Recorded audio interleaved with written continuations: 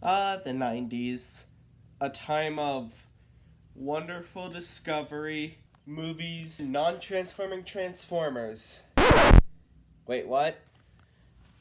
Hey guys, Jed was bored here, and today we are going to be going over the history of, in my opinion, the oddest Transformers toy line ever, the Action Masters.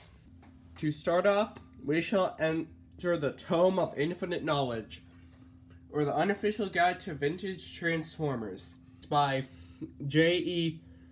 Alvarez.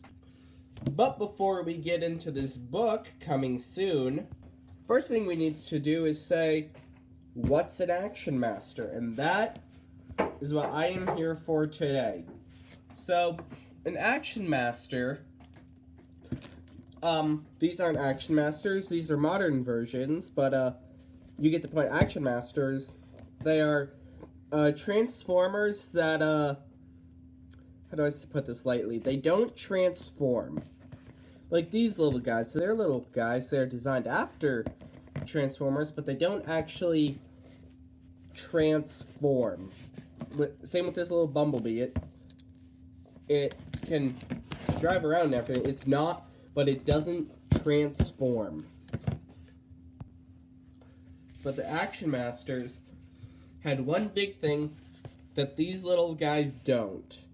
So the Action Masters, we're here on page 152. The Action Masters, you can see they all came with little weapons and backpacks that, those things, they could transform. They can transform, they cannot. These became little, you see, the weapon, or that's the bot, but the weapon could transform into a little, it could be an animal at first, or it could become a gun, or it could be something else. Like the Bumblebee, where is it? The Bumblebee, see, they all came with something that could transform that wasn't them. Now the Action Masters, they had this certain thing where they were pretty evenly split between existing characters and new characters. Like they had classics like Bumblebee, who is that? Inferno, Grimlock, Blaster, Jazz, names pretty much any self-respecting Transformers fan would recognize. But those that had new people like Mainframe, Skyfall, somewhere. Where's Rad? Well, there's Jackpot, there's Kickoff, Rad, there we go, Rad. And this is just part of them. These are all like the packs, the carded ones. There are two types of packaging for all Transformers. There's cards and there's boxes. These are all the carded ones. They came with just a little gear. But the boxed ones, this is like a boxed one. They came with a vehicle that could go from vehicle to like a big weapon thing. Like I believe, who's this one? Axor. He had a motorcycle. I think Prowl also had a motorcycle. Yeah. Prowl had a motorcycle who could also do that. There was also, like, Wheeljack. He came with that. Sprott, whoever that guy. Optimus Prime came with one. Though I'll try to find a better picture. One moment. Here's the Action Master Optimus Prime. I think he's based off of Star Convoy. The Star Optimus Prime from Takara's earlier years. Or the years right before this. Yeah, he looks pretty nice. I like him. There was also a few of these that came with two different vehicles fit in one bot. Who's this guy? Well, this is an example of one. Most of the Action Masters were classic characters like Bumblebee, Grimlock, Starscream. They did do Thundercracker, but this was weird. So Thundercracker, this is what Action Master Thundercracker looked like, but this is how Thundercracker is supposed to look.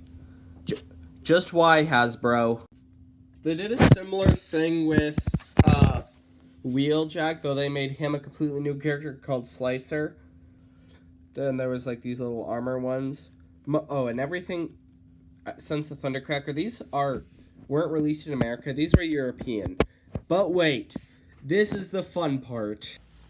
So I think you guys have been able to figure out so far that the whole Action Master gimmick was, hey, what if Transformers couldn't transform and instead had gear that transformed for them?